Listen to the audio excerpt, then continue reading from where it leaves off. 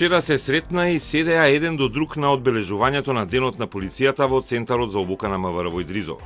Денеска обвинителот Лјупчо Коцевски одговараше на прашањето: до каде е истрагата за бугарскиот TOEFL сертификат за англиски јазик на директорот на АНБ Бојан Христовски. Коцевски вели дека случајот е пред носење на обвинителска одлука.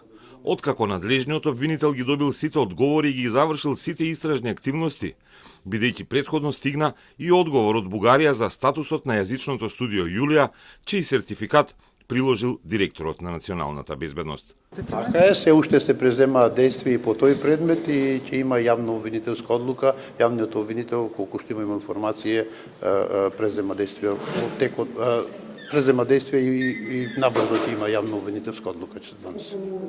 Истрагата е отворена лани на почетокот на ноември, откако беше поднесена анонимна кривична пријава до обвинителството. Христовски во биографијата доставил TOEFL сертификат од Пловдивското јазично студио Јулија, добиен 2022. Но во моментот кога тој стана директор на АНБ, 2,5 години подоцна, тоа јазично школа во Пловдив немаше ниту канцеларија, ниту овластување за TOEFL сертификати.